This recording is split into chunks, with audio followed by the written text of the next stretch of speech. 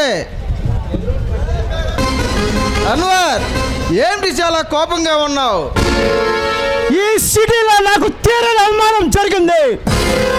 Commissioner గారి తమ్ముడు అయిన నీకు అవమానమా? చూడు అన్వర్,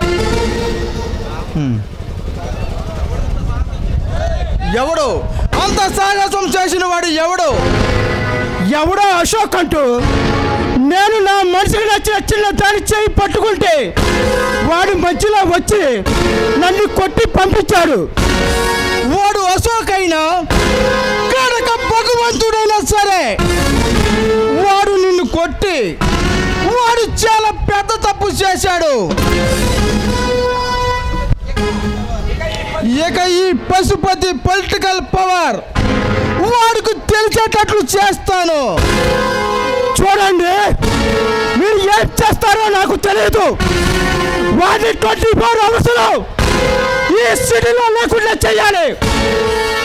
చూడు అన్వర్, రాజకీయం అంటే రౌడీ విజయం కాదు, దౌర్జన్యం చేయటానికి. చేతులను అదును చూసి దెబ్బ కొట్టాలి, అది రాజకీయం అంటే.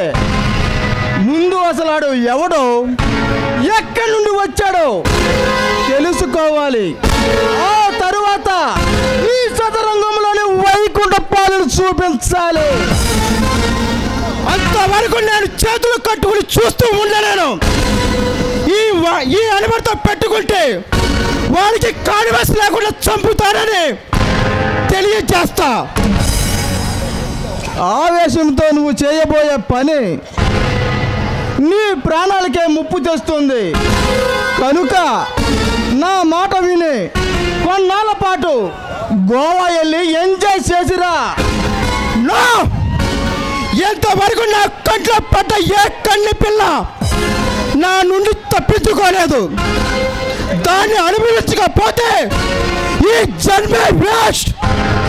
అంత అందంగా ఉంటుందా? ఎవరా లేత గులాబీ పువ్వు? ఆ గులాబీ పువ్వు గద్వాల్ సంస్థానపు రాజకుమారి, పేరు దేవి. దాన్ని తలుసుకుంటే నా నరాలు ఉప్పొంగి రక్తం ఊరగలేస్తుంది. ఏమిటి? గద్వాల్ సంస్థానపు రాజకుమారా? అంటే ఈ అమ్మాయి రుద్రం రాజుకి శాంబావికి పుట్టిన బిడ్డ అన్నమాట.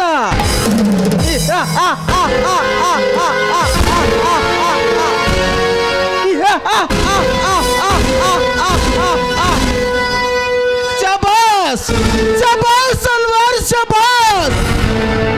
మంచి సమాచారాన్ని అందించావు. కానీ మీరు ఎందుకు ఇలా సంతోషంతో పొంగిపోతున్నారు నాకు అర్థం కావడం లేదు.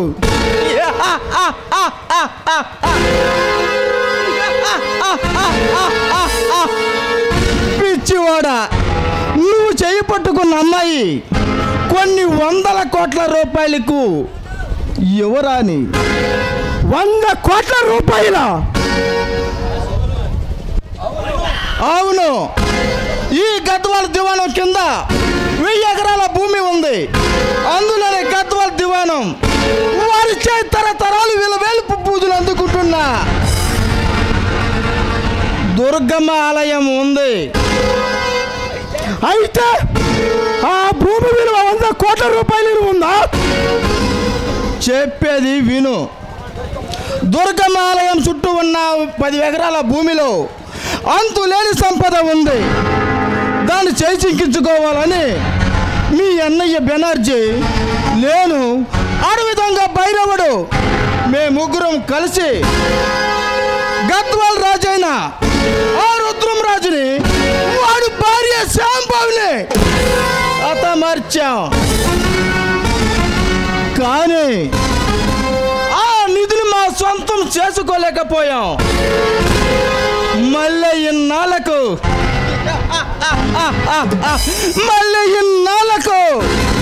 ఆ సంపదను దక్కించుకునే అవకాశం వచ్చింది. నువ్వు వెంటనే వెళ్ళి మీ అన్నయ్యకు భైరవుడుకు ఈ సమాచారం సమాచారాన్ని తెలియపరచాలి. ఏమంటావు అన్వర్? నేను వెంటనే వెళ్ళి అన్నయ్యకి విషయాన్ని తెలియజేస్తా. వస్తా.